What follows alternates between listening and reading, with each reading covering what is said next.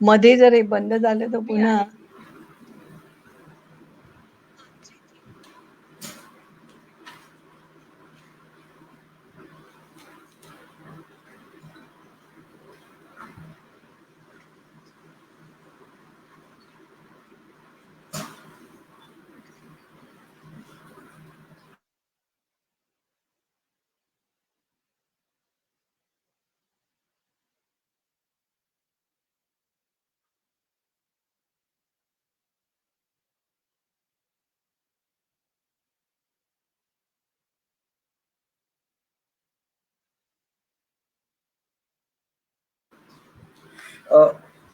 नमस्कार, आप सभी का स्वागत है क्रीड़ा तंत्र एकेडमी के फेसबुक लाइव में।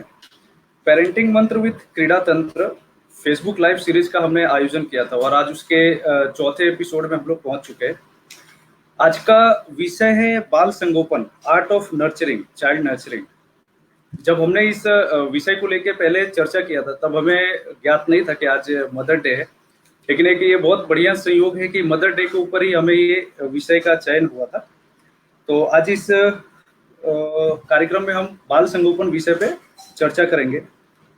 आज इस कार्यक्रम के आयोजन में क्रीड़ा तंत्र एकेडमी के साथ साथ एकता देसाई नॉलेज सीकर्स, कलरव एनजीओ, वेदांत इंटरनेशनल स्कूल जैसे संस्थाओं का भी हमें सहयोग प्राप्त हुआ है। तो आज के विषय के लिए जो अतिथि को हमने आमंत्रित किया है उनका परिचय करा देता हूँ। सुश्री इंदुमती बहन काटदर है। इंदुमती बहन 1971 से 1986 तक सीनियर कॉलेज विश्वनगर में अध्यापक के नाते कार्यरत रही। 1987 से 2007 तक आपने विद्या भारती अखिल भारतीय शिक्षा संस्थान में पूर्णकालीन कार्यकर्ता के नाते अपनी सेवा दी। आपने अपने जीवन में अनेक स्तर पर प्रांत, क्षेत्र तथा अखिल भारतीय स्तर पर अनेक दायित्वों का वहन किया और वर्तमान में पुनरुत्थान ट्रस्ट के ट्रस्टी, मंत्री तथा अध्यक्ष कार्यभार आप संभाल रही है। साथ साथ पुनरुत्थान विद्यापीठ के कुलपति के नाते भी आप कार्यरत है। 20 से अधिक पुस्तकों का लेखन आपके द्वारा हुआ है और कुछ पुरस्कार जो आपको सम्मानित किए गए पुरस्कार से गुरु गौरव पुरस्कार, ओजस्विनी पुरस्कार, शिक्षा भूषण पुरस्कार, मगनलाल पटेल पुरस्कार, दधीची पुरस्कार जैसे अनेक पुरस्कारों से आपको सम्मानित किया गया है। इंदुमती जी का पूरा जीवन समाज सेवा तथा राष्ट्र सेवा में लगा है और उनकी मुख्य बाल संगोपन, शिक्षा और गर्भावस्था में गर्भ संस्कार, यह विषय इनके मुख्य, इस पे इनका गहन अध्ययन रहा है। तो क्रीड़ा तंत्र एकेडमी की तरफ से तथा एकता देसाई नॉलेज सीकर्स तथा कलरव एनजीओ और वेदांत इंटरनेशनल स्कूल की तरफ से मैं इंदुमती बहन जी का स्वागत करता हूँ। इंदुमती बहन जी, आपका स्वागत है। आज का आपको आवाज आ रही है इंदुमती जी? आपकी आवाज कट रही है थोड़ा। हाँ, आपके आवाज आपकी थोड़ी कट रही है। नहीं, आवाज नहीं आ रही है।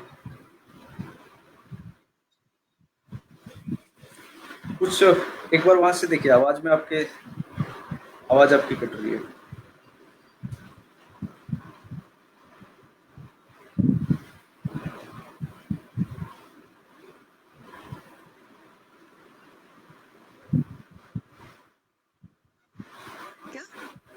हाँ, अभी आई, आवाज आई आपकी। हरिओम जी, फिर से डिस्टर्बेंस आ रही है आवाज में आपके।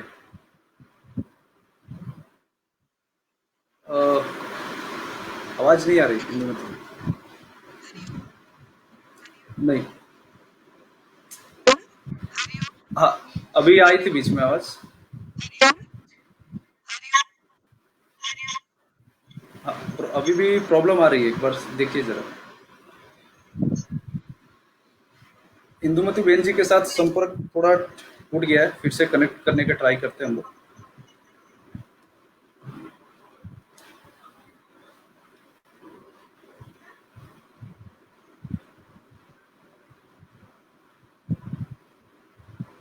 हरिओम।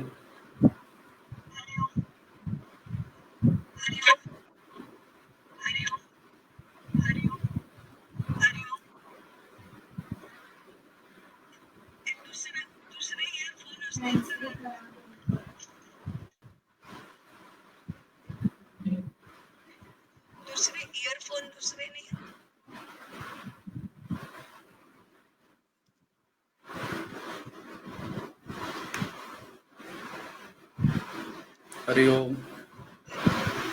नहीं, बहुत बहुत कम आवाज आ रही है आपकी।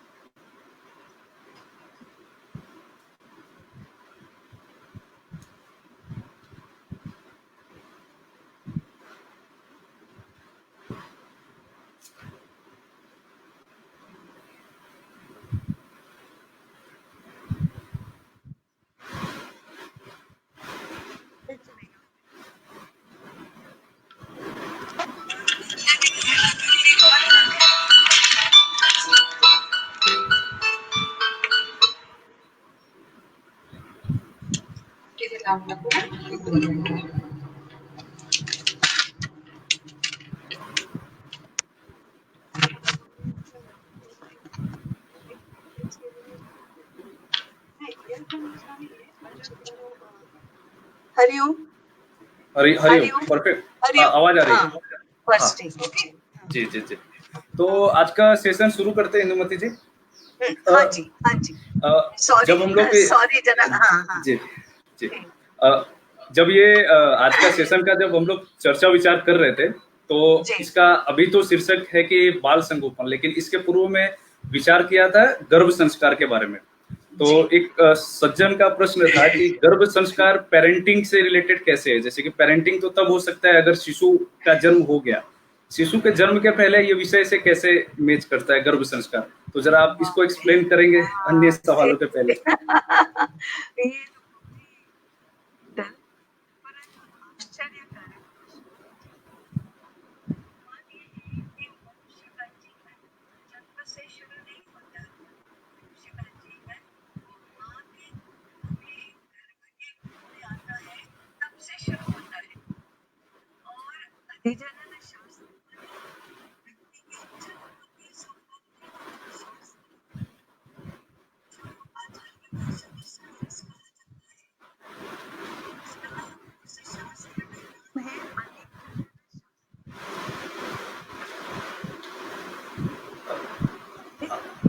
आवाज में फिर से कुछ कुछ दुविधा है अनुमति जी। दान आप के समय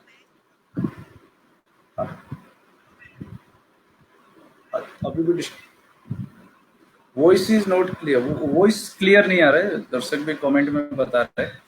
एक बार आप अगर मोबाइल में है तो हैंड्स फ्री निकाल के आप ट्राई करिए, बिना हैंड्स फ्री के ट्राई करिए। अगर आप मोबाइल से यूज कर रहे हैं तो एक बार हैंड्स फ्री बिना एक बार ट्राई करिए। आप हैंड्स फ्री निकाल के, शायद वॉइस। हाँ, आवाज आ रही है। हाँ,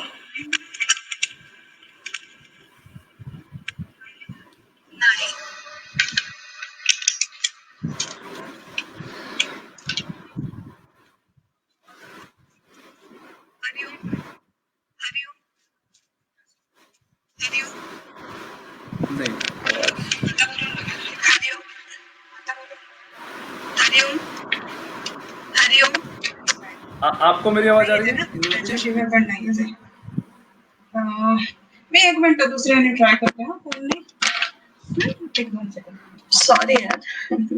हाँ हाँ, अब ठीक।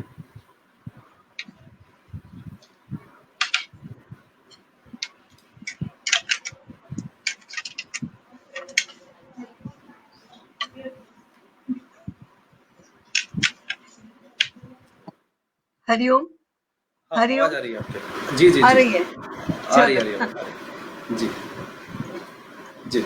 हाँ, तो हम जो कह रहे थे कि व्यक्ति के जन्म के साथ संबंधित जो शास्त्र है, जो विज्ञान है, वो कहता है कि किसी भी व्यक्ति के गर्भाधान के समय ही उसके भोग और जाति के साथ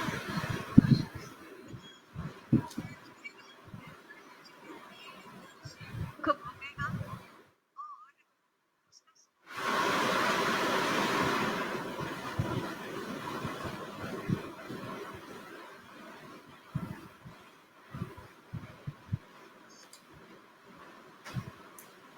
अनुमति जी, आवाज फिर से आपका नहीं आ रहा है, फिर से कुछ दिक्कत है।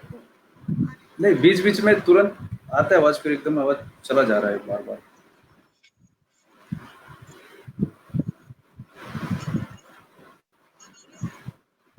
नहीं नहीं नहीं,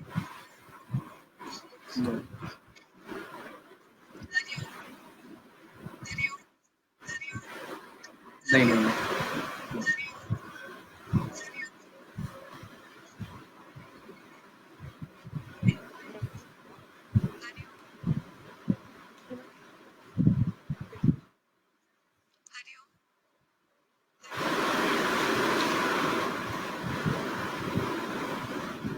नहीं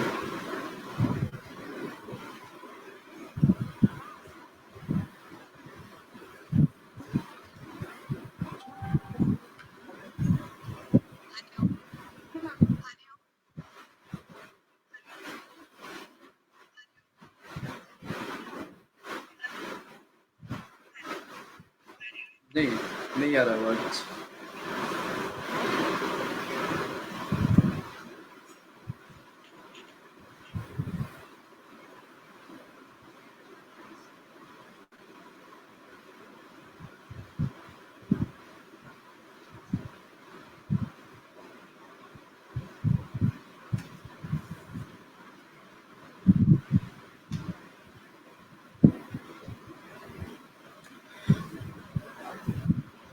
इंदुमती बहन के साथ संपर्क करने का फिर से प्रयास कर रहे हैं, वो हमारे साथ कनेक्टेड है। तब तक दर्शकों के लिए एक सूचना है कि कुछ भी सवाल है अगर आपके बाल संगोपन को विषय को लेकर, तो आप कमेंट में आप पूछ सकते हैं। हमारे सवाल के साथ साथ में आपका भी सवाल लेने का पूरा प्रयास किया जाएगा। हेलो जी, ये आवाज सुनाई दे रही है? हाँ हाँ, ये दे रही है आवाज। Perfectly clear? परफेक्टली एकदम क्लियर? एकदम एकदम परफेक्ट। हाँ, तो मैं अभी मासी को दे रही हूँ। ओके जी जी, जी,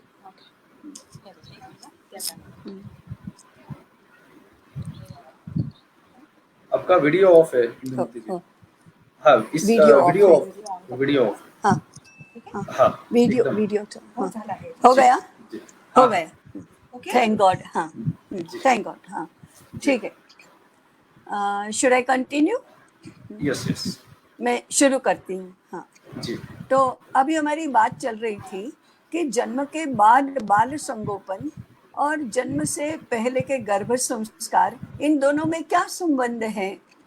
संबंध बहुत गहरा है। संबंध बहुत गहरा है।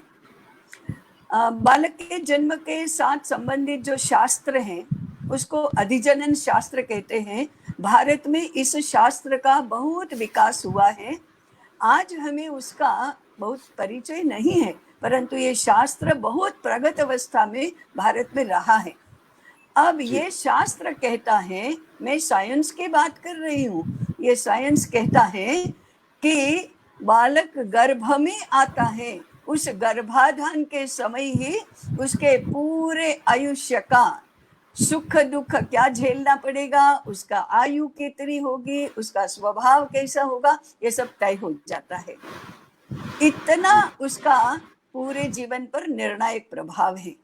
इसलिए गर्भाधान का क्षण कैसा होगा, इसका विचार करना चाहिए। 9 महीने में वहां से डिस्टरबेंस बहुत है।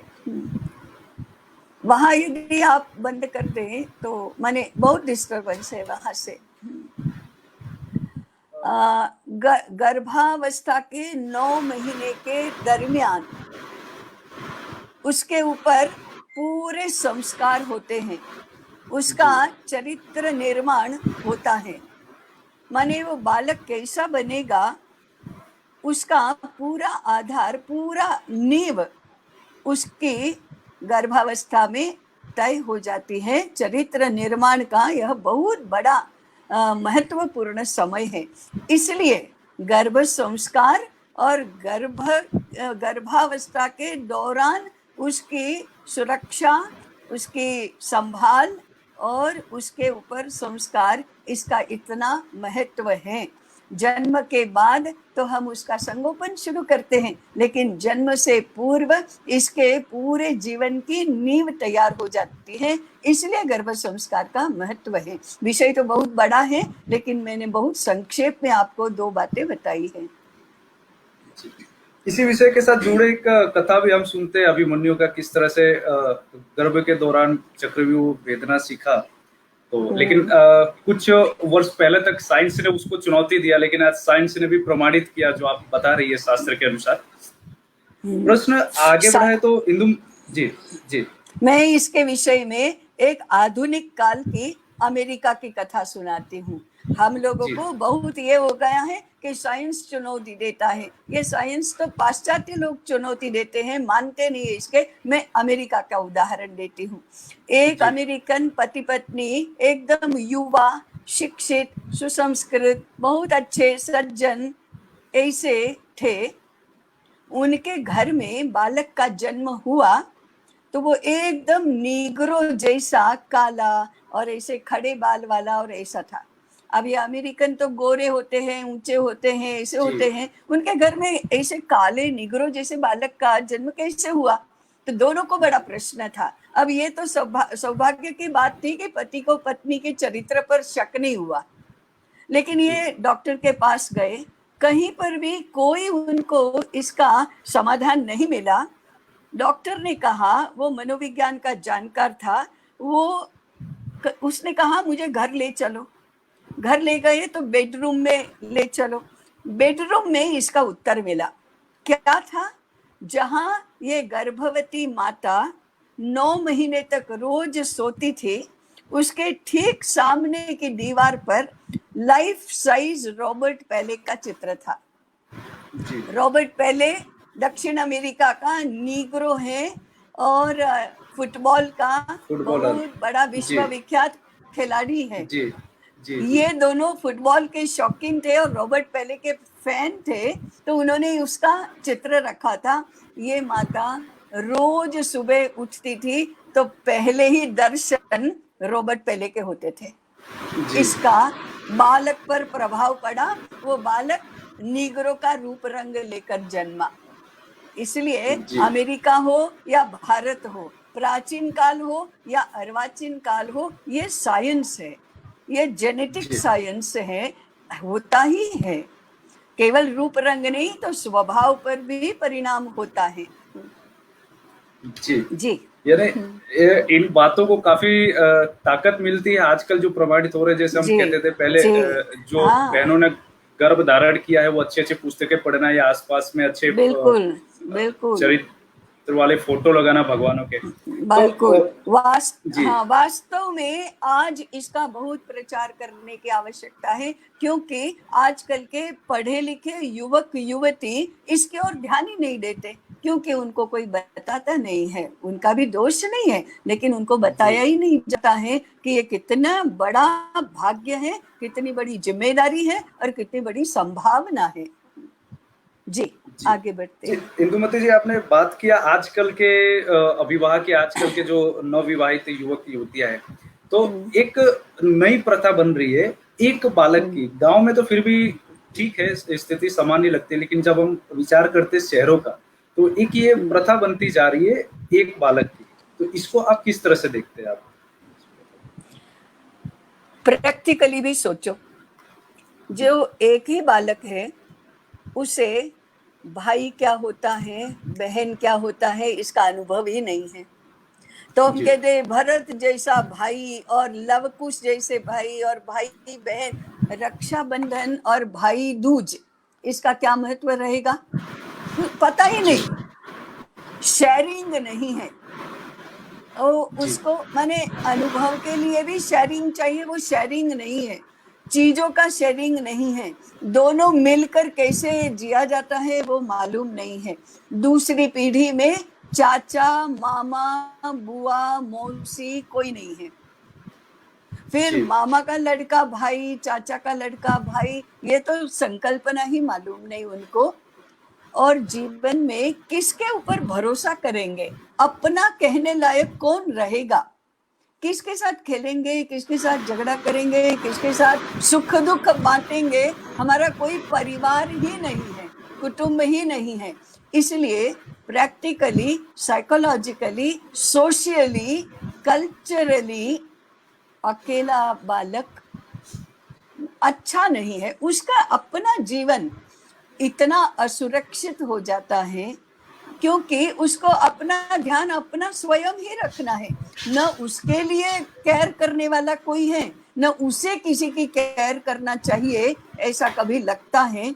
इसलिए अकेला बालक कभी भी नहीं होना चाहिए, कम से कम 3 होने चाहिए।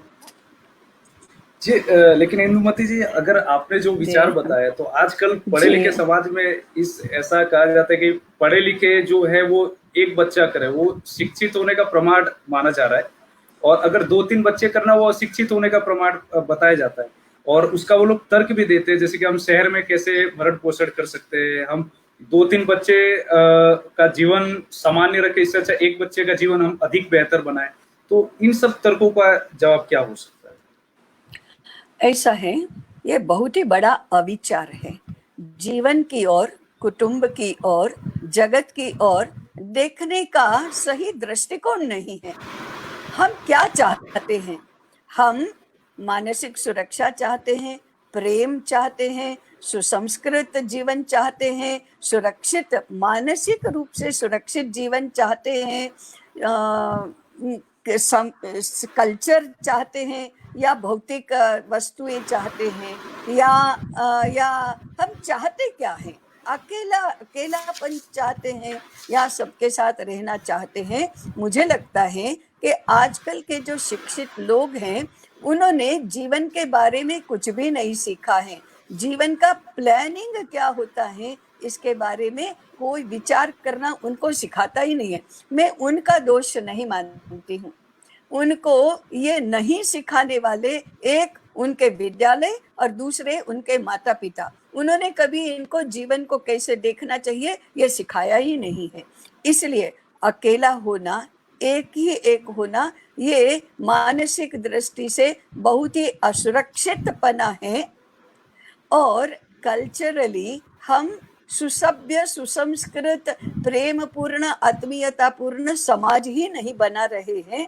इसलिए ये शिक्षित व्यक्ति का प्रमाण नहीं है कि शिक्षित व्यक्ति होगा उसको एक ही मिलेगा, एक ही होना चाहिए। ये शिक्षित व्यक्ति का प्रमाण नहीं है, ये अविचारी, नहीं समझने वाले, ना समझ लोगों की निशानी है कि अपने जीवन के बारे में उन्होंने कुछ विचार ही नहीं किया है, गंभीरता से विचार नहीं किया है। दूसरा इसका मुद्दा जो आपने कहा कि हम बेस्ट चीज देंगे उनको, माने क्या देंगे?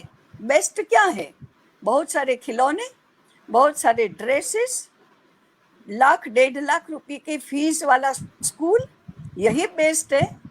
1,00,000-1.5 लाख रुपए के स्कूल में अच्छा पढ़ा जाता है ऐसा कौन कहता है?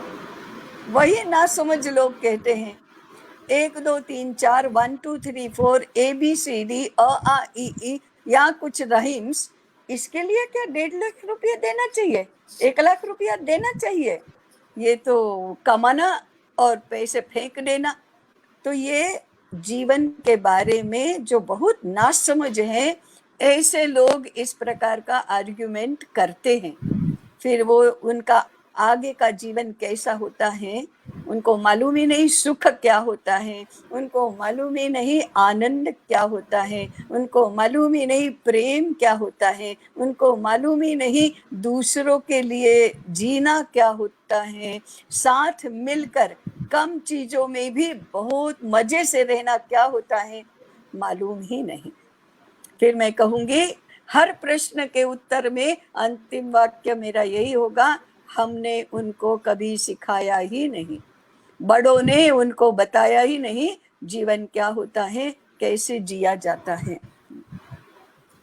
जी लेकिन जैसे आपने विद्यालय को बताया, ये तो एक सत्य है, जिस तरह से शिक्षा इतनी महंगी होती जा रही है कि अगर शायद उतना महंगा शिक्षा एफोर्ड नहीं कर सकते 2-3 बच्चों के लिए, लेकिन जहां बात आती है कि सामान्य स्कूल में प्रवेश दिलाने का, तब एक अपने मन के अंदर एक पेरेंट्स पे एक हीन भावना ले लेते कि भाई पड़ोसी का बच्चा तो वो महंगे स्कूल में जा रहा है तो फिर हम कैसे भेजे। एक ये भाव आमतौर पे देखा जाता है, जो उसको बोलते हैं देखा देखी करना, कि वो ऐसा हो रहा है देखा तो हम देखी। हमारे बच्चों को क्यों नहीं दे ऐसा। हम्म, अगर ये जी हाँ जी पूछिए। जी हाँ, हाँ नहीं, अगर प्रश्न पूरा करिए। हाँ, जी, आज जैसे बाल संगोपन है तो इसमें बच्चों की क्या एज होनी चाहिए कि उनको विद्यालय के अंदर प्रवेश दिलाया जाए, नर्सरी, बाल मंदिर, ऐसे जो प्री स्कूल जिनको बोलते हैं, हाँ, इनकी क्या रोल होनी चाहिए, होनी भी चाहिए या नहीं होनी चाहिए? देखो, बिल्कुल सही बात। ये नासमझी वाले लोगों ने ही पैदा किए हुए प्रश्न हैं। मैं तो यही कहूंगी कि कभी कुछ, और ये देखा देखी वालों को इन प्रश्नों के साइंटिफिक उत्तर कभी समझते ही नहीं है। मेरा अनुभव यही रहा है कि कितना भी साइंटिफिकली समझाओ, कितना भी तर्क दे देकर समझाओ, देखा देखी से चलने वाले लोगों को कुछ नहीं समझता। देखा देखी से जो चलते हैं वो 10 लोग कुएं में जा रहे हैं ना, तो मैं भी कुएं में गिरूंगा, ऐसा ही जी समझते हैं। उनके लिए ये समझना बहुत मुश्किल है, ये मैं पहले ही कहती हूँ। तो भी साइंस क्या कहता है, साइकोलॉजी क्या कहती है, यही बात मैं करूंगी। इसलिए करूंगी कि आजकल सब शिक्षित लोग कहते हैं ना, साइंटिफिक बातें करो, साइंटिफिक जी बातें करो। मैं जी साइंटिफिक बात ही करती हूँ। अब साइंटिफिक बात मानो भी, तो क्या है, जी दुनिया भर के, मैं भारत के नहीं कह रही हूं, दुनिया भर के शास्त्र कहते हैं कि बालक को 5 वर्ष की आयु तक माता पिता से दूर नहीं करना चाहिए। 6-7 वर्ष जी की आयु तक लिखना पढ़ना नहीं होना चाहिए। जी उसको किसी भी बात के लिए बाध्य नहीं करना चाहिए। उसको जो मर्जी करने देना चाहिए। उसको आवश्यकता है सुरक्षा की, उसको आवश्यकता है माता पिता की, उसको आवश्यकता है दादा दादी की, उसको आवश्यकता है घर की। हम घर छीन लेते हैं, माता पिता समय नहीं है उनके पास, दादा दादी जी साथ में है नहीं, और जी लिखना पढ़ना, पढ़ो पढ़ो पढ़ो ऐसा करके माथे मारते हैं। क्या ये बच्चे अपने नहीं हैं? हम उनको प्रेम नहीं करते हैं? हम क्या शिक्षित नहीं हैं? हमें क्या साइंस पर कोई श्रद्धा नहीं है? या देखा देखी सब कुछ बालक के विकास के विरुद्ध ही करेंगे? तो सही आयु, एक वाक्य में कहो तो स्कूल में जाने की सही आयु 5+6+ है, उसके पहले नहीं। सही आयु लिखने पढ़ने की 6+ है, उसके जी पहले नहीं। उसके पहले खेलना चाहिए, घर में रहना चाहिए, उधम मचाना चाहिए। घर में उधम जी कौन मचाएगा? बच्चे नहीं तो क्या दादा दादी मचाएंगे उधम? तो उधम बिल्कुल मचाने की स्वतंत्रता हम जिसको प्रेम करते हैं ऐसे बच्चों से छीन लेते हैं। अब ये समझदारी है क्या? इससे बड़ी बिल्कुल नहीं। नासमझी क्या हो सकती है कि जिसके लिए हम पैसा कमाते हैं, जिसके लिए परिश्रम करते हैं, जिसके लिए हम कुछ भी करने के लिए तैयार रहते हैं, बस जो करना चाहिए वो नहीं करते, जो नहीं करना चाहिए उसके लिए लाखों रुपया खर्च करते हैं। जी जी, तो इंदुमती जी, बालक के प्रारंभिक दिवस से ही, प्रारंभिक दिनों से ही सद्गुणों का विकास किस तरह उसके अंदर हो, इसके लिए अभिभावक को क्या करना चाहिए, किस प्रकार? मैंने कहा ना कि सद्गुण और संस्कार गर्भाधान के क्षण से ही शुरू हो जाते हैं। जी पहली बात है बालक को मानसिक सुरक्षा चाहिए। बालक को जीवन कितना अच्छा है इसका अनुभव होना चाहिए। बालक को लोग कितने अच्छे हैं इसका अनुभव होना चाहिए। बालक को जी जिस दुनिया में हम आए हैं, हमारे पूर्वज कैसे हैं, कैसे सद्गुण इम्बाइब करता है, तो उसको कथा सुनानी चाहिए। लोरी और रात को सोते समय की कहानी, ये बालक के सद्गुण और संस्कार के लिए बहुत आवश्यक है।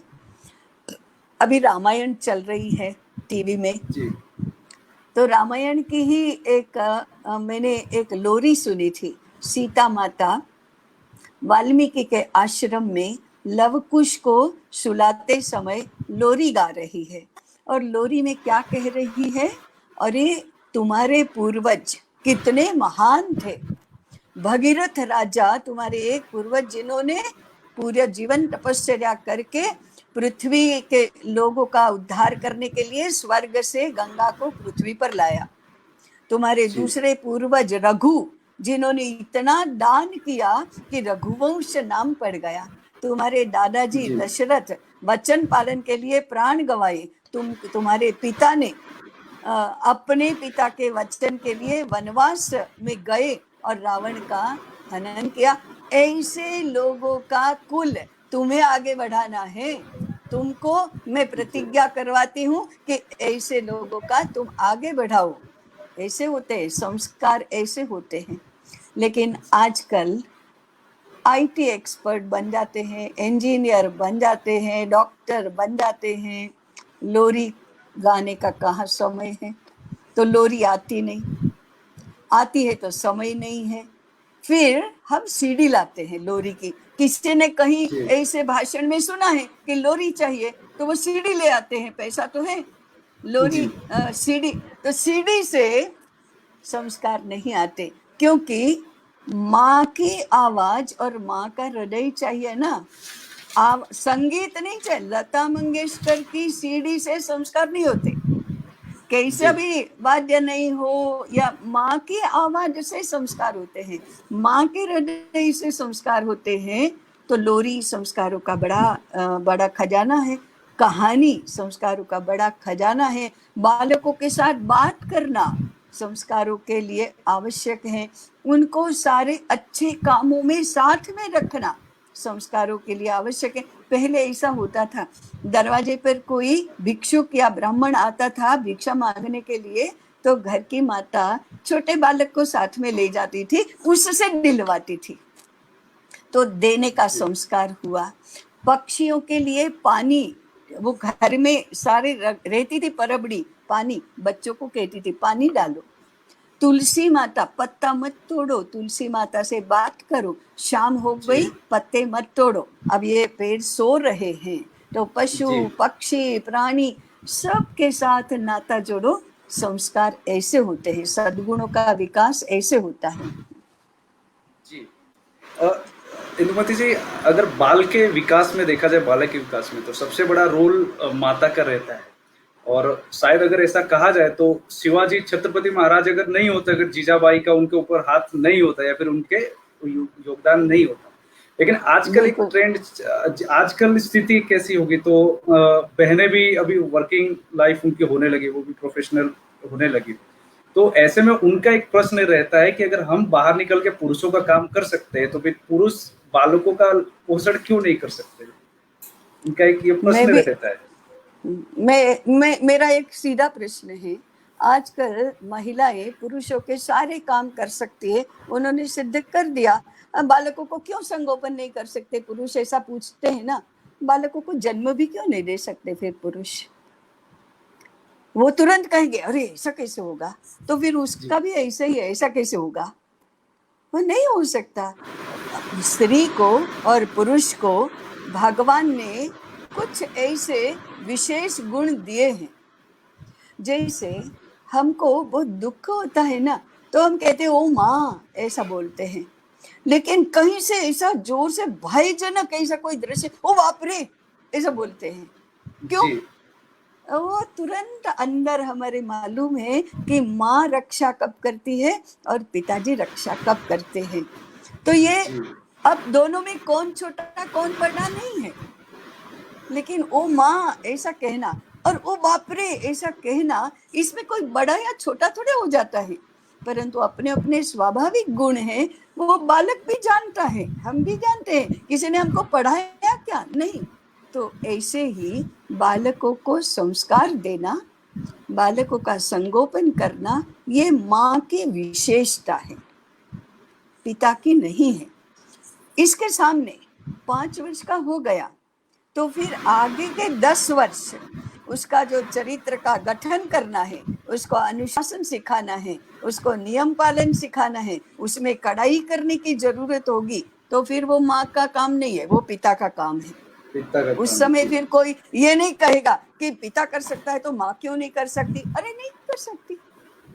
दुखी होकर कोई माँ के साथ जाकर उसमें लिपट जाता है, वैसा पिता के पास नहीं जाएगा। और किसी भय से सुरक्षा के लिए वो पिता के पास जाएगा तो माँ के पास नहीं जाएगा। अपनी अपनी विशेषता होती है, और ये आजकल की नहीं है। जब से स्त्री और पुरुष का जन्म इस सृष्टि पर हुआ है, तब से ये विशेषताएं तो हैं। चार चार चौपड़ी पढ़ लेने से कुछ ये बदल जाएगा क्या? या बाहर निकले और वाहन चलाया इसलिए बदल जाएगा क्या? या इंजीनियरिंग या डॉक्टरी या कंप्यूटर सीख गए इसलिए अंदर के गुण बदल जाएंगे क्या? और मेरा सवाल ये है, क्यों बदलना चाहते हैं? ये जो भगवान ने इतना बड़ा वरदान दिया है, उसको क्यों बदलना चाहते हैं? क्यों दूसरे को? माने ये तो बात ऐसी हुई कि मेरे पास खजाना है, वो खजाने के लिए मैं कह रही हूँ क्यों मेरे पास रखूं, इसको भी लेना चाहिए। जी। और वो कहता है कि नहीं मुझे नहीं चाहिए, तुम ही लो।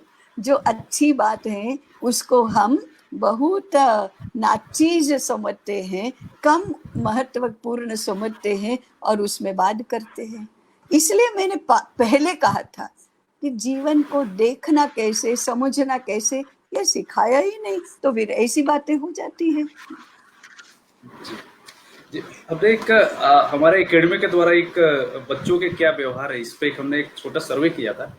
माता पिता से पूछा था कि बच्चे में कैसे व्यवहार है जो आपको गलत लगता है, तो सबसे ज्यादा ये था कि बच्चे बात नहीं सुनते। हम उनको कुछ भी बोलते हैं आजकल, हाँ, उनका कंसंट्रेशन हमारी बातों पे रहता नहीं, या फिर हमारी बात की उतनी वो रिस्पेक्ट नहीं होती है। तो ये समस्या को आप कैसे देखते हैं, उसका समाधान क्या हो सकता है? जी, ये कौन सी आयु की बात है? मैंने आयु कौन से सर्वेक्षण किया ना, तो कौन से आयु के बच्चों की बात है?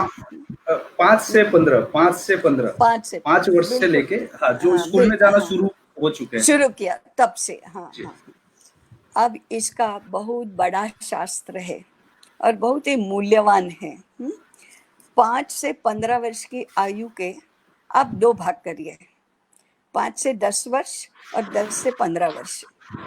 5 से 10 वर्ष की आयु में हर बालक को माँ बाप की बात माननी होती है, सुननी होती है, वो उनके लिए प्रेरणा होते हैं। लड़की को पूछो, 6 साल की बच्ची को पूछो कैसा कौन बनना है, वो 2 बातें बताएगी, या तो मेरी टीचर जैसी या तो मेरी मम्मी जैसी। बालक को पूछो, या मेरे पिताजी जैसा, ऐसा आदर्श होता है। उस समय उनको प्रेरणा देना, अच्छी बातें करने, साथ में करने के लिए बताना, ये बहुत जरूरी है। उस समय उनको घर के सारे कामों में साथ जोड़ना, हंसना, बोलना, खेलना, साथ में काम करना, उनको बात करते करते काम करना सिखाना, इसको कहते हैं साथ में जीना। ये बहुत जरूरी है। अब 10 वर्ष के हो गए, तब तक तो वो आपने भी अनुभव किया होगा।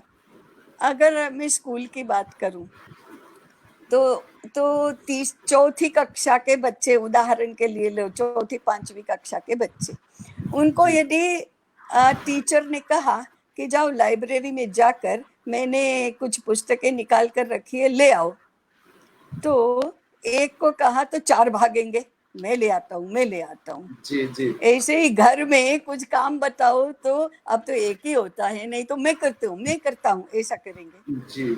9वीं का बच्चा 14 वर्ष का होता है, उसके टीचर ने यदि कहा कि जाओ ग्रंथालय में से पुस्तकें ले आओ, तो वो दूसरे को कहेगा तू जा, मैं नहीं जाता। और फिर वो बच्चे आपस में बात करेंगे, भूल जाते हैं। खुद को लाने के लिए क्या जोर आता है, हमको बताते हैं। ये क्या है? ये अनुभव हुआ है, ये अनुभव होता है ऐसा। जी जी। तो ये अब हम कहते हैं कि बच्चे बिगड़ने गए। 10 वर्ष के आयु तक उनको उपदेश, प्रेरणा, कहा हुआ मानना, ये स्वभाव होता है। हम ही उनको ताने दे देकर, उल्टी बातें करके नाराज हो करके, गुस्सा हो करके उनका स्वभाव बिगाड़ देते हैं। मैं उदाहरण भी बहुत दे सकती हूँ, लेकिन हमें जरा बहुत सारे प्रश्न हैं। जी लेकिन जी 12 वर्ष के होने के बाद उनको हम कहते हैं ना कि सिंगड़ा फूटे से सींग निकलते हैं। ये निकलता है कौन जी। से हैं? तर्क करने के, विचार करने के। उनको जस्टिफाई, हम जो बात करते हैं वो जस्टिफाई करनी पड़ती है, माने उसके कारण देने पड़ते हैं। उस जी समय हम लोग बच्चों को अपनी कुशलता से, बुद्धि से, ज्ञान से, श्रम से, माने हम कितनी मेहनत करते हैं, कितने ईमानदार हैं, कितना कितना परिश्रम करते हैं, कितनी बुद्धि हमारे में है, कितना कौशल हमारे में है, कैसी कैसी समस्याओं में अडिग रह सकते हैं, ये देखकर उनका मन जीता जा सकता है। तो ये तरीका हमको 10 वर्ष के बाद बदलना चाहिए, मैंने 5 वर्ष के बाद भी बदलना चाहिए, 10-12 वर्ष के बाद भी बदलना चाहिए, और 15 वर्ष के बाद भी बदलना चाहिए। बच्चे जैसे जैसे बड़े होते हैं वैसे वैसे उनके संगोपन के तरीके भी बदलते हैं, पद्धति भी बदलती है। 3 वर्ष के बालक को जैसे ट्रीट कर सकते हैं वैसे 7 वर्ष के बालक को नहीं, 7 वर्ष के बालक को ट्रीट करते हैं वैसे 13-14 वर्ष के नहीं, और 13-14 वर्ष के बालक को ट्रीट करते हैं ऐसे 17 वर्ष के पुत्र पुत्री को नहीं ट्रीट कर सकते। इसलिए पेरेंटिंग ये हरेक के लिए आज एक विषय होना चाहिए। प्राइमरी से लेकर पोस्ट ग्रेजुएशन तक कैसे पेरेंट बनना वो सीखो। आज नहीं सीखा जाता तो सीखो, क्योंकि ये बहुत महत्वपूर्ण विषय है। हम एक पीढ़ी को सिखा रहे हैं, एक राष्ट्र के लिए, समाज के लिए, घर के लिए एक पीढ़ी तैयार कर रहे हैं, इसलिए वो महत्वपूर्ण है। जी इंदुमती जी, जैसे अगर मैं कहूँ कि हम लोग ये कोरोना का लॉकडाउन चल रहा है, लेकिन इंटरनेट का माध्यम है, कंप्यूटर का माध्यम है, टेक्नोलॉजी का माध्यम है कि हम लोग इतनी अच्छी बातें कर रहे हैं और इससे ज्ञान जनता तक पहुंच रहा है। लेकिन अगर यही सब माध्यम की बात करें तो ये कहीं ना कहीं ये माध्यम बाल विकास में एक श्राप भी एक नजर आता है। कभी कभी जब हम देखते हैं कि 6 इंच के मोबाइल में पूरा बचपन डूबा जा रहा है, बच्चे वर्चुअल लाइफ में अधिक जाने लगे, गैजेट, मोबाइल, 5-5 घंटे, 10-10 घंटे कंटिन्यू गेम खेलते। और कहीं ना कहीं बच्चों को एंगेजमेंट रखने के लिए, एंगेज करने के लिए पेरेंट्स के द्वारा भी ये आग्रह रहता है। पेरेंट्स भी उनको देते हैं कि शायद वो मोबाइल में बिजी हो जाए तो हम हमारा काम कर सके। तो ये पूरे आप उत्तर भी आप ही दे रहे हैं। जी, तो ये समस्या को आप कैसे देखते हैं आप, और इसका समाधान क्या हो सकता है? एक तो उत्तर आपने ही दे दिया कि बड़े भी सोचते हैं कि चलो भला छूटी, एंगेज हो जाए तो हम अपना काम करें, लेकिन ये प्रश्न गंभीर भी है, गंभीर है, प्रैक्टिकल भी है। मैं 2-3 मुद्दे इसमें बताऊंगी। पहला मुद्दा है, केवल बच्चों को नहीं, बड़ों के लिए भी ये बहुत हानिकारक है। हम उसकी सुविधा देखते हैं, सुविधा है, ठीक है ना, लॉकडाउन में हम लोग और आप लोग बात कर सकते हैं, दुनिया में कहीं पर भी क्या हो रहा है वो हमको पता चल सकता है। तो सुविधाओं की सूची हमारी बहुत बड़ी है, परंतु इससे हमारा, आपका, बड़ों का क्या नुकसान हो रहा है वो हमें पता ही नहीं है। मैं बताती हूँ, स्मरण शक्ति कम होना, समझ शक्ति कम होना, धारणा शक्ति कम होना, समस्याएं समझते ही नहीं है, बुद्धि विशाल नहीं होना, ये सारी साइकोलॉजिकल और इंटेलेक्चुअल परेशानियां बहुत बढ़ गई हैं इसके कारण से। इसके ऊपर बहुत बड़ा रिसर्च होने की आवश्यकता है, परंतु वो ऐसा है कि इसको मैं हमेशा कहती हूँ ये शूर्पणखा है। शूर्पणखा दिखती है सुंदरी, होती है राक्षसी। हमको सुंदरी दिखाई देती है, राक्षसी दिखाई नहीं देती। ऐसा ही इन सब का हमारे सबके लिए है। बालकों के लिए तो और भी खतरनाक है। मैं बौद्धिक दृष्टि से बात कर रही हूँ, बौद्धिक दृष्टि से भी बहुत खतरनाक है। अरे बच्चों को लिखना नहीं आता है, बच्चों को पढ़ना नहीं आता है, बच्चों को समझना नहीं आता है, आजकल मैं तो शिक्षा के क्षेत्र में हूँ, मैं देख रही हूँ कि इंजीनियर हो गए हैं लेकिन उनको पढ़ना लिखना समझना नहीं आता है, कम्युनिकेट करना नहीं आता है, उनको इंजीनियरिंग के अलावा कोई क्षेत्र का कोई ज्ञान ही नहीं है और आकलन भी नहीं है। ये तो इंटेलेक्चुअल लॉस है छात्रों के लिए भी, और संस्कारों का तो बहुत ही है, परंतु देता कौन है उनके हाथ में? मोबाइल। यही गंभीरता की बात है ना। बच्चे का जन्म होता है, फोटो ले लेकर भेजे जाते हैं, उस फोटो से, उस कैमरा से, रेडियो एक्टिव इससे उस बालक का ही नुकसान हम कर रहे हैं, परंतु नासमझी है। फिर वो टीवी के सामने रख दिया तो मैं अपना काम कर सकती हूँ, ये नासमझी है। वे हम लोग सुविधा at the cost of our dear children ये कर रहे हैं ना। अब इस नासमझी से, जिसे पैसे का घमंड है और जिसे शिक्षा का घमंड है, मैं पढ़ी लिखी हूँ और मैं लाख रुपया कमा रही हूँ, मुझे कौन कहने वाला है मैं ही दुनिया भर की समझदार हूँ? ऐसा कहने वाले को, मानने वाले को कोई शास्त्र कैसे समझाएंगे, कोई भी बड़ा कैसे समझाएगा? ब्रह्मा भी ऊपर से नीचे उतर कर आए, ये मानने को तैयार नहीं होते हैं। ऐसा विचार करना उनके माँ बापों ने उनको नहीं सिखाया, इसलिए मैं पेरेंटिंग को ऐसा करने वाले युवा माता पिता के लिए, उनके माता पिता जिम्मेदार हैं। मेरा बेटा पढ़ रहा है, मेरी बेटी पढ़ रही है, उसको न घर का काम सिखाओ, न जीवन के बारे में सिखाओ, न गृहस्थी के बारे में सिखाओ। यही तो 2 पीढ़ियों से माँ बाप कर रहे हैं। इसलिए मैं तो हमेशा शिक्षा के क्षेत्र में कहती हूँ, आप टेक्निकल कॉलेज शुरू करें ना, इंजीनियरिंग कॉलेज शुरू करें, पेरेंटिंग कॉलेज शुरू करो और हर एक के लिए कंपलसरी करो कि इसका सर्टिफिकेट होगा तभी शादी होगी। लेकिन ये यूनिवर्सिटी को नहीं करना चाहिए, नहीं तो और दूसरा ही उसका विकृत रूप हो जाएगा। जी, क्योंकि मैंने आपका एक वक्तव्य सुन रहा था एक इंटरनेट पे, उसमें आप बता रहे थे कि राजनीतिकरण या फिर सरकार का नियंत्रण नहीं होना चाहिए विद्या के ऊपर। नहीं, आपकी आवाज टूट रही है। हरिओम। हाँ जी, हाँ हरिओम। हाँ बोलिए। इंटरनेट पे मैं आपका एक बौद्धिक सुन रहा था, तो उसमें आपने बताया था कि सरकार या फिर शासन का नियंत्रण नहीं होना चाहिए विद्या के ऊपर। आपको आवाज आ रही है? हाँ, शासन का या सरकार का नियंत्रण नहीं होना चाहिए शिक्षा पर।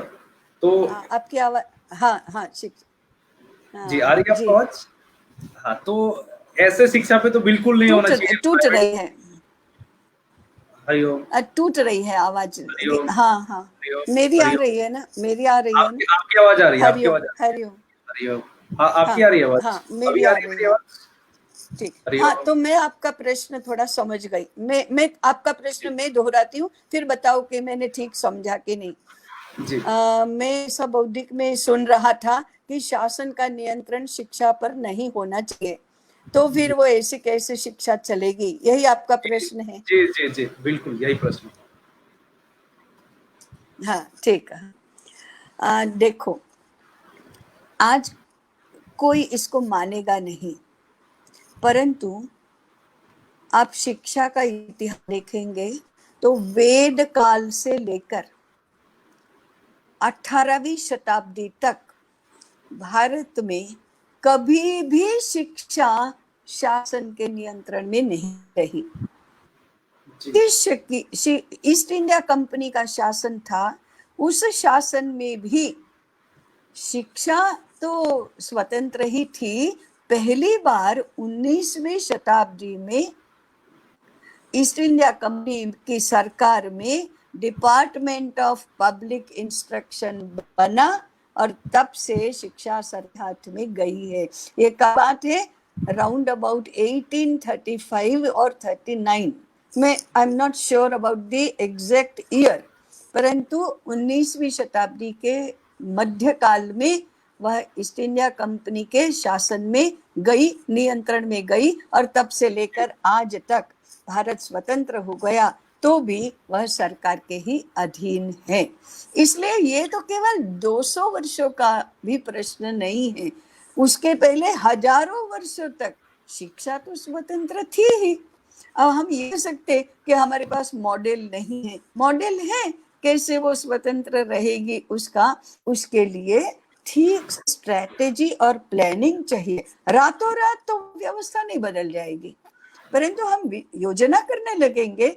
अगर सही में अच्छा विचार करके योजना बनाएंगे, आने वाले 20, 30, 40 साल में फिर से व्यवस्था आ सकती है, क्योंकि देश में हजारों वर्ष कैसी व्यवस्था रही है।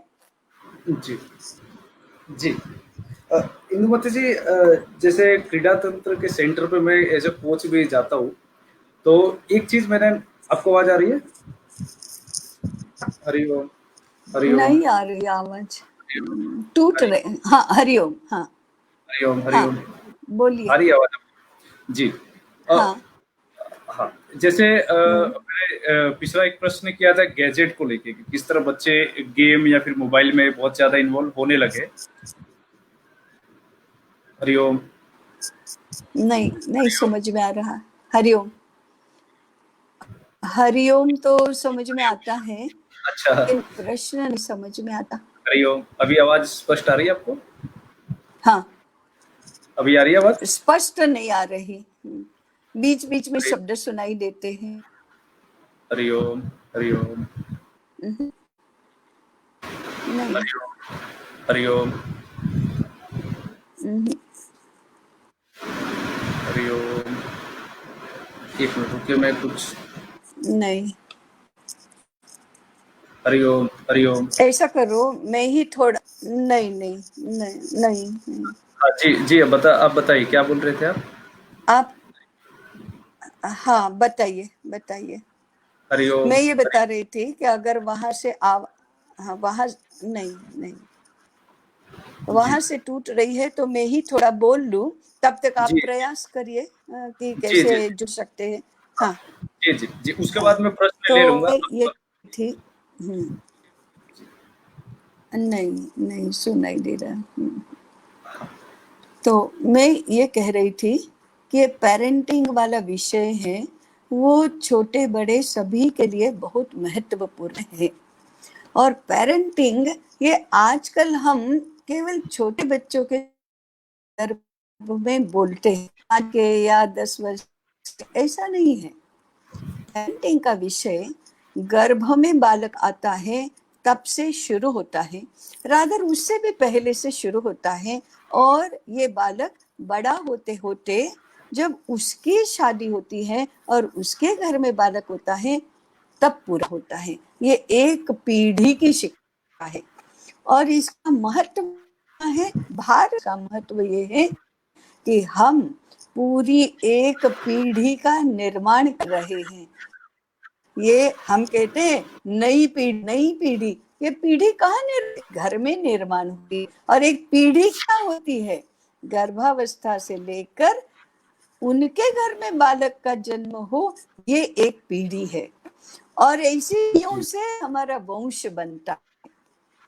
अब देखो, बालक जन्म होता है, एक बालक का संबंध पिता की 14 पीढ़ियों से होता है और माता की 5 पीढ़ी से होता है। इस मतलब इन सब के संस्कार लेकर वो आता है। तो हमारा संबंध भी इतनी पीढ़ियों के साथ है, उसके कंटिन्यूएशन में नई पीढ़ी आती है। दूसरा, भारत पूरे विश्व में एकमेवा द्वितीय है, उस जैसा दूसरा देश नहीं। ये क्यों है? हजारों वर्षों से भारत की परंपरा चली आई है, ज्ञान की परंपरा, संस्कृति की परंपरा, कालों की परंपरा, ये सब परंपरा चली आई है। ऋग्वेद के समय में गायत्री मंत्र का दर्शन हुआ, आज हमको क्यों आता है? गुरु ने अपने शिष्य को, उन्होंने अपने शिष्य को पढ़ाया ही होता है। तो ज्ञान परंपरा विद्यालय में सुरक्षित रहती है, उसी प्रकार से संस्कृति और धर्म घर में सुरक्षित रहे। तो इस परंपरा को समृद्ध बनाने के लिए, इस परंपरा की रक्षा करने के लिए हर माता पिता को जन्म देना चाहिए। नहीं तो मुझे तो मेरे पूर्वजों से बहुत मिला, लेकिन मैंने किसी को दिया ही नहीं, तो ये तो मैं कृतज्ञ हूँ, मैंने उपकार समझा ही नहीं, तो मुझे दूसरी आगे की पीढ़ी को देना चाहिए, तभी तो ज्ञान और संस्कृति, धर्म और संस्कृति की शिक्षा होगी। मैंने जी। उसको देना, तो हमेशा का नियम रहा है, जितना मिल उससे ज्यादा दो, कम करके नहीं। तो फिर मुझे इसको समृद्ध भी बनाना चाहिए। इसलिए लोग बालक चाहते हैं कि मुझे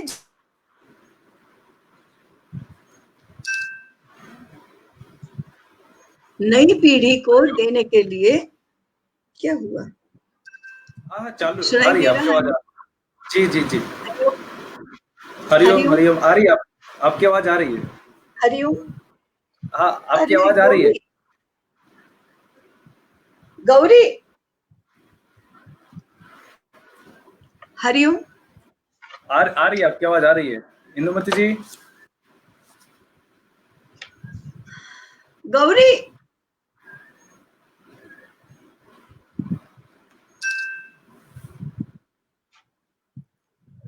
बैटरी संपली वाटते.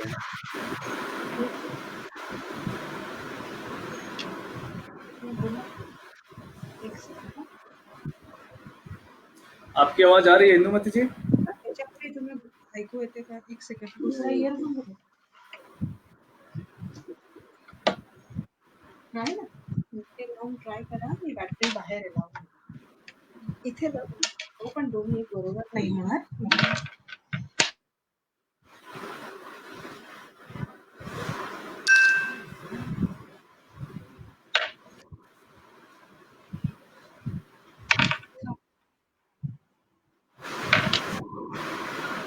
हरिओम। तो काटते काटते हे लावून ट्राय करा, त्याचं मी कनेक्ट करते.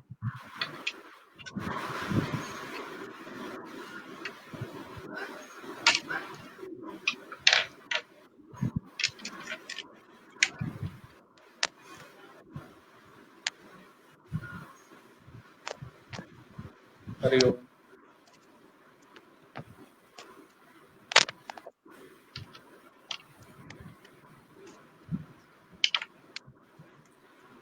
अगर किसी दर्शक का प्रश्न है तो कमेंट बॉक्स में प्रश्न लिख सकते हैं, इसके बाद इंदुमती जी से प्रश्न लिया जाएगा। हरिओम, हरिओम आ रही है। हरिओम. हाँ जी आ रही है. आ रही हाँ, है आ रही है। आपको आपको आ रही है मेरी आवाज? हाँ, आ रही है. जी जी। तो मैं ये कह रही थी कि धर्म और संस्कृति की परंपरा की रक्षा करने का स्थान घर है. जी।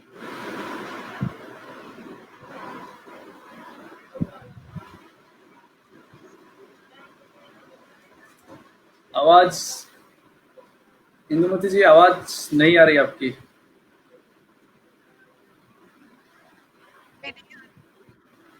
अभी अभी थोड़ी आई आवाज। थोड़ा पास में लाके एक बार आप ट्राई करिए।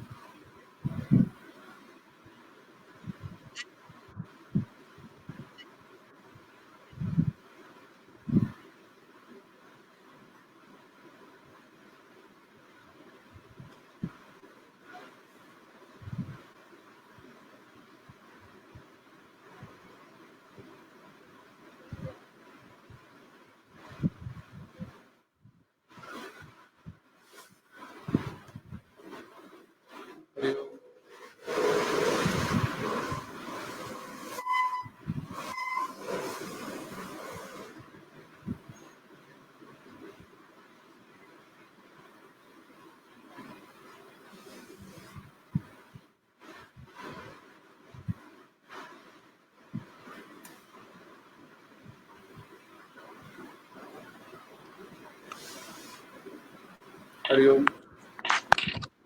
हाँ, हाँ, आवाज आ रही है, आपकी वीडियो ऑफ है, आवाज आ रही हाँ है। आ रही आ रही हाँ आ रही है आवाज आ रही है, वीडियो ऑफ है। जी जी जी ईयरफोन नहीं है ये हिज डायरेक्ट लाउड है हाँ जी। हाँ, हरिओम। हरिओम जी जी जी।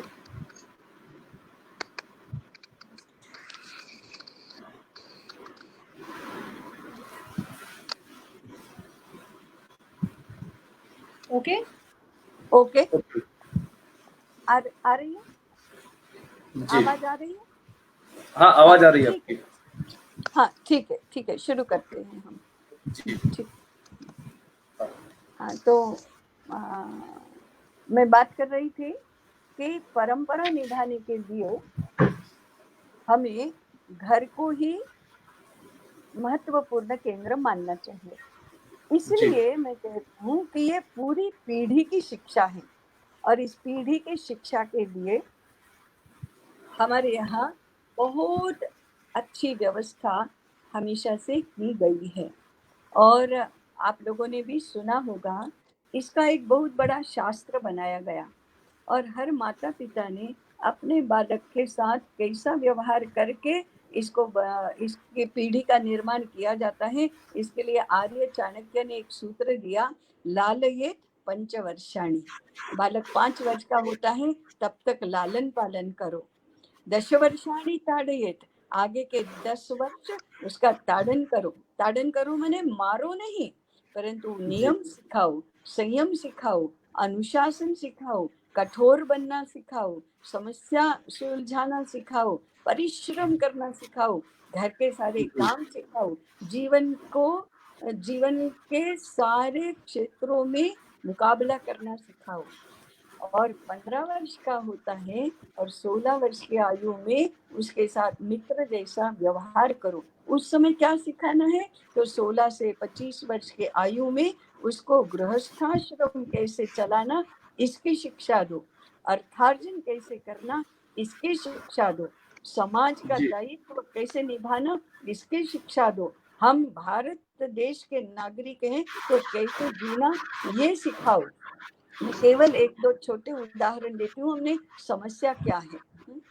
हमारे घर में 17 वर्ष का 20 वर्ष का पुत्र या पुत्री है, उनको ये तबलीगी जमात का क्या प्रश्न है इसके बारे में घर में कुछ मालूम है क्या? कुछ मालूम नहीं। शाहीन बाग क्यों हो रहा है उसकी कोई समस्या मालूम है क्या? समस्या मालूम नहीं। वो समाचार भी सुनता है कि नहीं सुनता है पता नहीं। उसकी दुनिया वीडियो गेम की तो होगी, परंतु शाहीन बाग मालूम नहीं, तबलीगी जमात मालूम नहीं, ये सेकुलरिज्म क्या है मालूम नहीं, उसको ये CAA क्या है मालूम नहीं। क्यों मालूम नहीं है?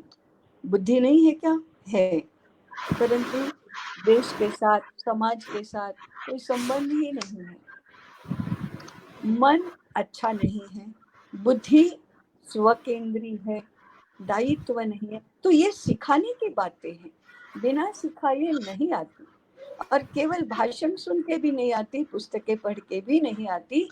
वो 25 वर्ष का हो जाने पर अच्छे पात्र से विवाह करके अच्छे बालक को जन्म देने लायक बनना चाहिए। एक छोटी परंतु अति गंभीर समस्या आपको बताती हूँ कि माता पिता का संगोपन में क्या चूक होती है।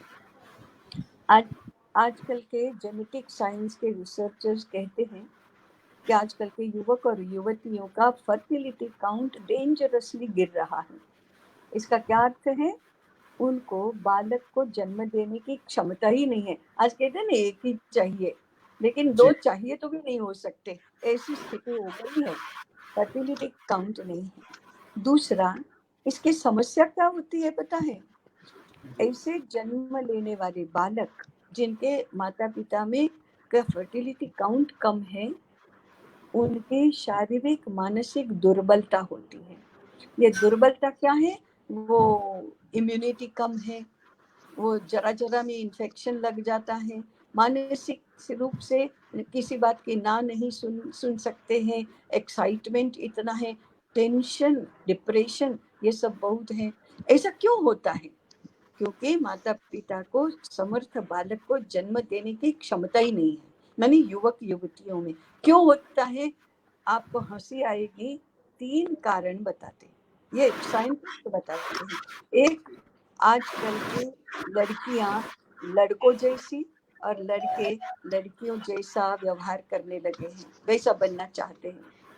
दूसरा, खाने पीने का कोई संयम नहीं है, कुछ भी खाना, कभी भी खाना, कैसे भी खाना, कहीं से भी आया हुआ खाना खाने की कोई सेंसिटिव नहीं है। और तीसरा, कुछ भी देखना, मोबाइल, इंटरनेट, कंप्यूटर, इसके कारण से हम आने वाली पीढ़ी का बहुत नुकसान कर रहे हैं। अब ये किसको सिखाना है कि तुम कुछ भी मत खाओ? भारत के लोगों के खाने के बारे में पवित्रता की सेंस तो दुनिया भर में सबसे ज्यादा है। हमारे घर की रसोई बहुत बड़ा पवित्र स्थान है। हमारी परंपरा में बिना नहाए हम रसोई में जाते नहीं थे, बिना नहाए हम खाते नहीं थे, खड़े खड़े खाते नहीं थे, जूते पहनकर खाते नहीं थे, अन्न को नाली में फेंकते नहीं थे, पैर के नीचे कुचलते नहीं थे। ये सब क्या हो गया? इसका खामियाजा आने वाली पीढ़ी को भुगतना पड़ता है। तो कुछ भी मत खाओ, कुछ भी मत देखो, और हम क्यों नहीं कर सकते, हम क्यों नहीं कर सकते करके लड़कियां सारे काम लड़कों जैसे कर रही हैं और लड़के लड़कियों जैसे फैशन परस्त हो रहे हैं। अब जी। ये किसकी जिम्मेदारी, जिम्मेदारी किसकी है? जी। जो युवक युवतियां ऐसे हो जाते हैं उनकी तो नहीं है ना। उनको किसी ने कहाँ बताया कि जी। ऐसा मत करो और ऐसा करो? न यूनिवर्सिटी बताती है, न विद्यालय बताता है, न माता पिता बताते हैं, तो कौन बताएगा? धर्माचार्य की तो कोई सुनने को जाता ही नहीं, और वे भी नहीं बताते हैं। इसलिए ये नई पीढ़ी का निर्माण करना और राष्ट्र को, समाज को एक अच्छा सदस्य देना, इतनी बड़ी जिम्मेदारी पेरेंट की है। हम तो केवल मेरा बच्चा कहना नहीं मानता, मेरा बच्चा का गणित नहीं आता, मेरे बच्चे को अच्छा स्कूल कैसे मिलेगा, अच्छा कैसे मिलेगा, इतने भर में सीमित कर देते हैं। ये विषय इतना सीमित नहीं है। It is cultural, it is spiritual, it is national, it is social. उसके बाद वो अपने घर का और अपने बच्चे की बात तो आती है। इसलिए मेरा कहना है कि पेरेंटिंग इस विषय को बहुत महत्व देना चाहिए, और बचपन से ही वो कैसे अपने बालकों में आएगा ये देखना चाहिए। जी, इंदुमती जी, अंत में 1-2 प्रश्न के साथ में हम सेशन समाप्त करेंगे। जी, कुछ कुछ ऐसे प्रश्न होते हैं जिसका आमतौर पे ज्यादा चर्चा विचार होता नहीं है, या फिर जिसको एक विवादास्पद करार दिया जाता है। जैसे मैं जी, कहूँ कि फिल्मों के माध्यम से एक थॉट आजकल के युवा पीढ़ी में आता है। जैसे लिव इन रिलेशन की एक बात कर सकते हैं हम लोग, लिव इन रिलेशन हो गया, या फिर साथ में एक समलैंगिकता संबंध, ऐसे कुछ विषय है जिसको एक, इसको वामपंथी षड्यंत्र कहे या फिर पश्चिमीकरण, ऐसा कुछ षड्यंत्र भी कहा जा सकता है। तो एक चर्चा तो छिड़ जाती है और युवा पीढ़ी वो चर्चा करने में इंटरेस्टेड भी।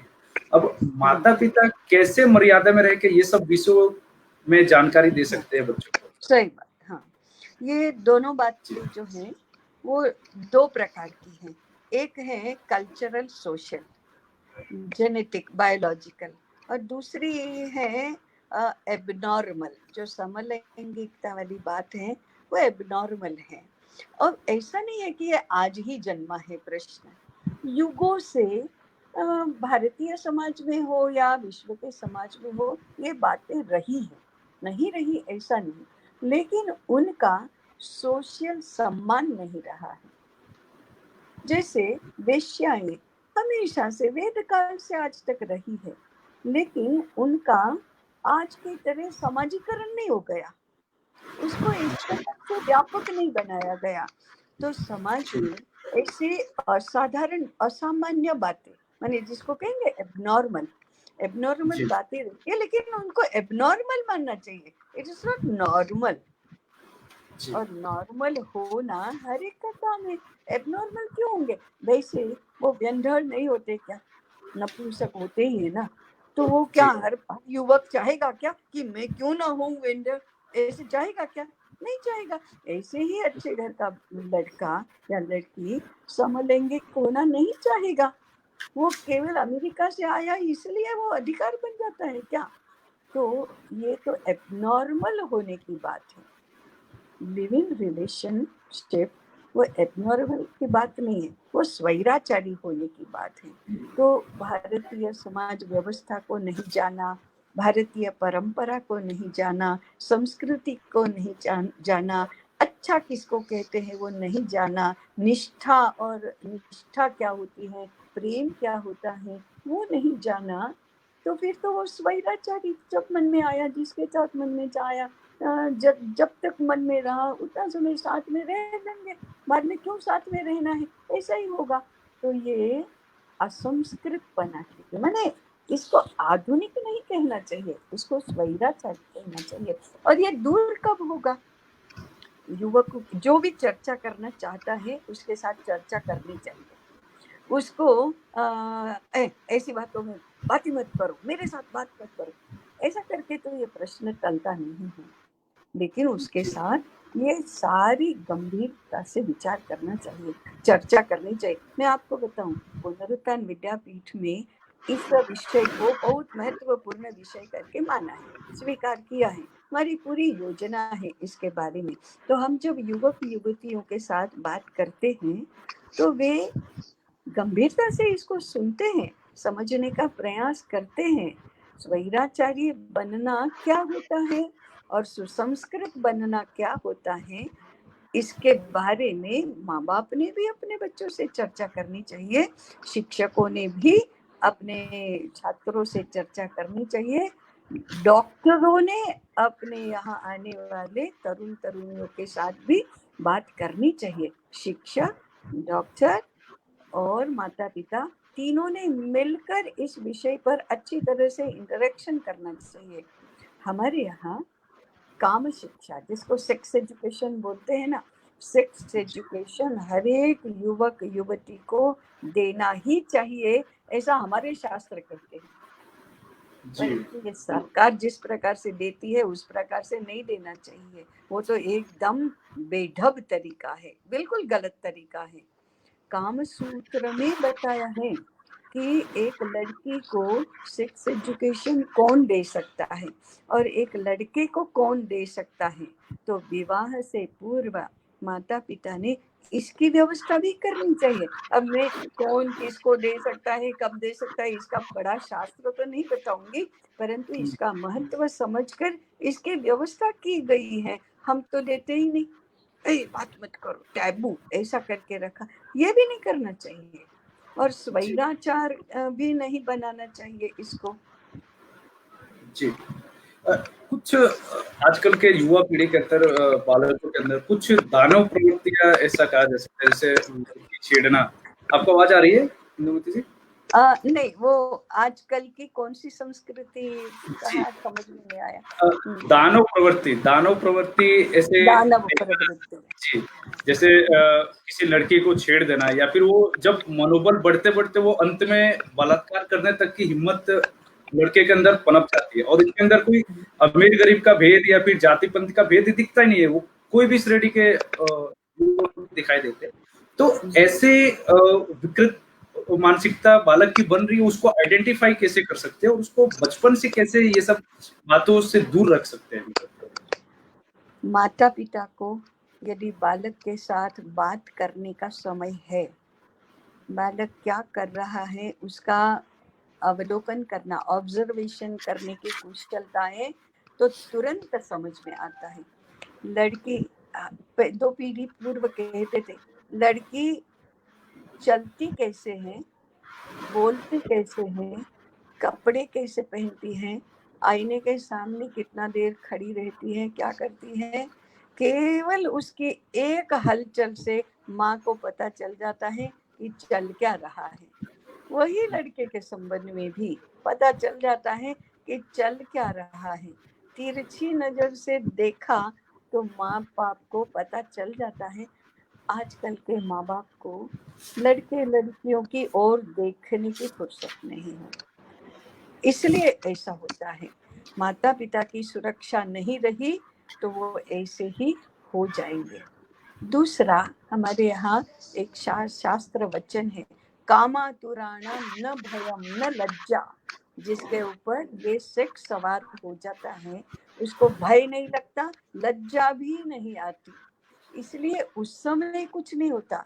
लेकिन बचपन से उसके साथ अच्छा व्यवहार करने से, और अच्छा किसको कहते हैं और क्या नहीं कहते हैं, किसको नहीं कहते, ये कहते रहने से, समझाते रहने से होता है। जैसे कि अगर किसी पराई लड़की के सामने वक्त खराब नजर से देखा तो जीना आराम हो जाएगा, मार मार कर चमड़ी उतार दूंगा, ऐसे कहने वाले पिता है क्या घर में? ऐसा कहने वाली माँ है क्या घर में? नहीं है। बचाव करते रहते हैं और माने वो अनदेखी करते रहते हैं, ये क्या कर रहे हैं। कई माता पिता इतने अबूझ होते हैं कि इसी को आधुनिकता कहते हैं।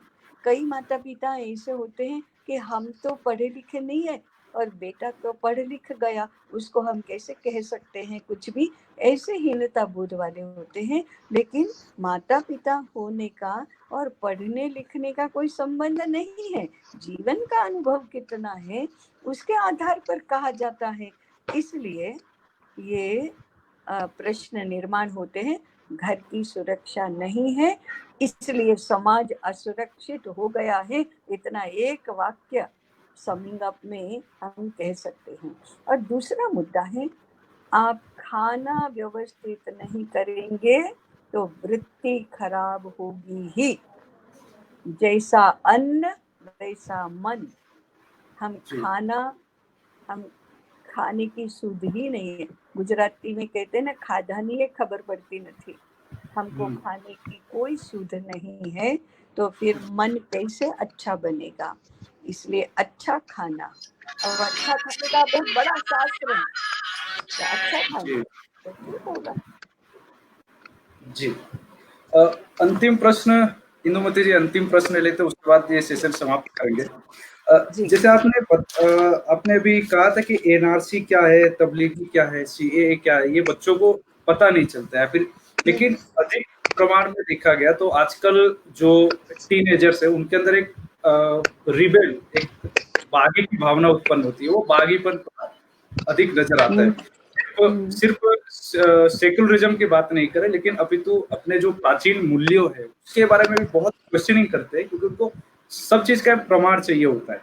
तो ये बागीपन तेवर का समाधान कैसे हो सकता है, तो उनके लिए कोई गाइडलाइन आप? हाँ है, बहुत है। जी, संक्षिप्त में अगर आप बताएं। हाँ, एकदम संक्षेप में। मैंने अभी कहा ना, 10 वर्षाणि ताडयति। 8 वर्ष का बालक यदि कहता है कि मुझे समझाओ तो मानूंगा, तो उसकी बात नहीं माननी चाहिए। मैं कहता हूँ ना इसलिए करो, ये 8, 10, 12 वर्ष के बालक को कहना चाहिए जी। लेकिन 14 वर्ष का बालक यदि पूछता है तो उसको समझाना चाहिए। 17 वर्ष का पूछता है तो मैं कहता हूँ इसलिए करो, नहीं कहना चाहिए। विनय, अनुशासन और शिष्टाचार और आज्ञा पालन, नियम पालन, ये सिखाने की आयु है, तब स्वतंत्रता नहीं। क्योंकि बुद्धि विकसित नहीं होती तब तक स्वतंत्रता नहीं होती। इसलिए लड़ाई करो। मैं एक ही उदाहरण देकर ये बात समझाकर विषय पूरा करूंगी। कुम्हार जब मिट्टी से घड़ा बनाता है तो गीली मिट्टी का पिंड चाक पर चढ़ाता है, चाक चलाता है और चाहे जैसा आकार देता है, कैसा भी हो जाए ऐसा नहीं देता, जैसा चाहता है वैसा ही आकार देता है। उस समय जोर जोर से खपाटे नहीं मारता, बहुत कोमल हाथ से उसको पकड़ता है। 5 वर्ष तक इसी प्रकार से चरित्र निर्माण करना है कि कड़क मत बनो, कठोर मत बनो, ताना मत दो, डांटो नहीं, मारो नहीं, लालन पालन करो, लेकिन जैसा चाहिए वैसा ही बालक को बनाओ। लेकिन कुम्हार का घड़ा चाक पर से उतारने के बाद अगर उसको दया आती है, नहीं मैं इसको भट्टी में नहीं डालूंगा, छाया में सुखाऊंगा, ऐसी दया आती है और भट्टी में नहीं डालता है, तो घड़ा कच्चा रह जाता है, पानी भरने के काम में नहीं आता। उसको चाहे रंग कर आप शोकेस में रख दो, लेकिन पानी भरने के काम में नहीं आता। हमारे बच्चे भट्टी में नहीं डाले जाते। ये भट्टी कौन सी है? अनुशासन की, आज्ञा पालन की, संयम की, कहा मानने की। इस भट्टी में हम नहीं डालते, माता पिता को दया आती है तो बच्चे कच्चे रह जाते हैं, और ये कच्चे बच्चे बाद में समस्याएं पैदा करते हैं। वे फिर विद्रोह करते हैं, स्वैराचारी बनते हैं।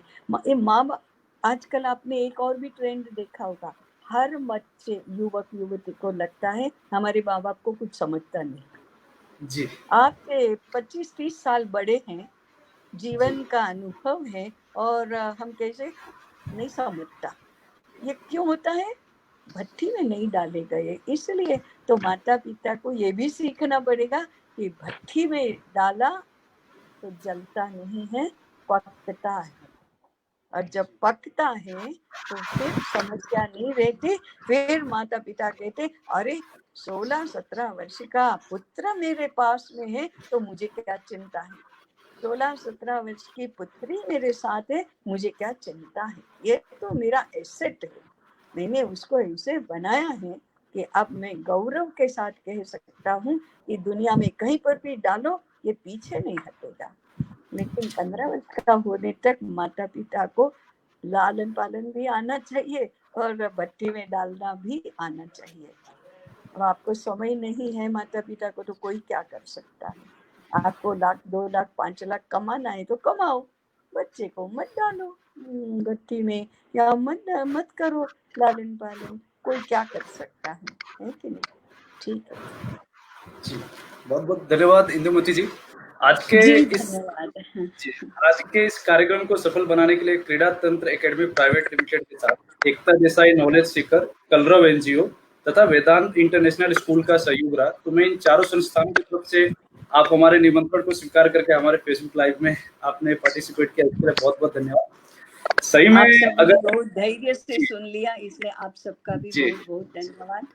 जी जी, ऐसे तो कार्यक्रम सफल रहा है ऐसा तब कहा जा सकता है अगर इस व्याख्यान से कुछ इम्प्लीमेंट हो सके अभिभावकों के मनोस्थिति पे, तभी ऐसा कहा जा सकता है कि कार्यक्रम सफल रहा। एक बार फिर से आपको बहुत बहुत धन्यवाद इंदुमती जी। जी जी, नमस्ते नमस्ते जी। दर्शकों के लिए एक सूचना है, ये जो कार्यक्रम हुआ इसका फेसबुक लाइव था, लेकिन आप फिर से अगर चाहे तो आप देख सकते हैं, या फिर जिन लोग ने अंत में ज्वाइन हुए वो लोग भी देख सकते हैं, और साथ में हमारे यूट्यूब चैनल पे इस कार्यक्रम को पूरा पोस्ट किया जाएगा, वहां से भी आप लोग देख सकते हैं। तो परसों शाम 6 बजे फेसबुक लाइव पे मिलेंगे अन्य विषय के साथ, अन्य वक्ता के साथ। तब तक के लिए धन्यवाद। धन्यवाद।